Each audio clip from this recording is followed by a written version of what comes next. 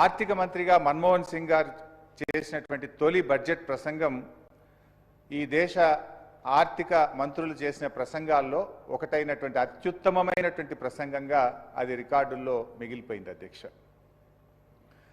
పారిశ్రామిక విధానాలను పరిశ్రమల మంత్రిగా ఆనాడు పివి నరసింహారావు గారు మార్చి ఒక గొప్ప పేరు పివి నరసింహారావు గారు తెచ్చుకుంటే, ఆర్థిక విధానాలను సవరించి ఆర్థిక మంత్రిగా మన్మోహన్ సింగ్ గారు కూడా ఒక గొప్ప పేరును సంపాదించారు అధ్యక్ష.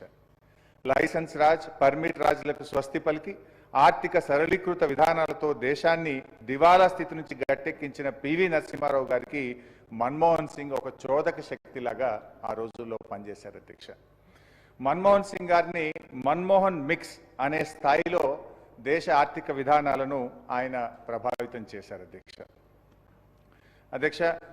అదే రకంగా మన్మోహన్ సింగ్ గారు మరి ఈ దేశంలో చాలామంది మొన్న వారు చనిపోయినప్పుడు కూడా మాట్లాడారు, మచ్చలేని నాయకుడు.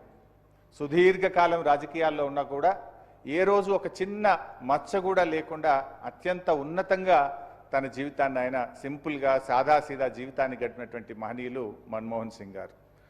మనం చూసాం యూపీఏ 2లో చాలా కుంభకోణాలు జరిగినట్టుగా వార్తలు, ఎన్నో కేసులు, అరెస్టులు జరిగినాయి. అయినా కూడా మన్మోహన్ సింగ్ గారు ప్రధానమంత్రిగా ఉన్నా కూడా ఆయనకు ఒక చిన్న మచ్చ రాలేదంటే అది ఆయన గొప్పతనం అధ్యక్ష.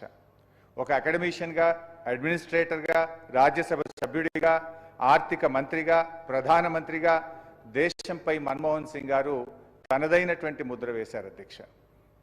ఆర్బీఐ గవర్నర్గా కరెన్సీ నోట్లపై సంతకం చేసినటువంటి మన్మోహన్ సింగ్ గారు ఆర్థిక శాఖ మంత్రిగా, ప్రధానమంత్రిగా ఈ దేశంపై చెరగని సంతకం చేశారు అధ్యక్ష. ఆయన జీవితం దేశ సేవలో ధన్యమైంది అధ్యక్ష. మన్మోహన్ సింగ్ గారిని తరతరాలు ఆయనను గుర్తుంచుకునే విధంగా, స్మరించుకునే విధంగా ఇటు రాష్ట్ర ప్రభుత్వం కానీ, అటు కేంద్ర ప్రభుత్వం కానీ ఎటువంటి నిర్ణయాలు తీసుకున్నా బీఆర్ఎస్ పార్టీ స్వాగతిస్తుంది, సంపూర్ణమైనటువంటి మద్దతును కూడా అందజేస్తుంది.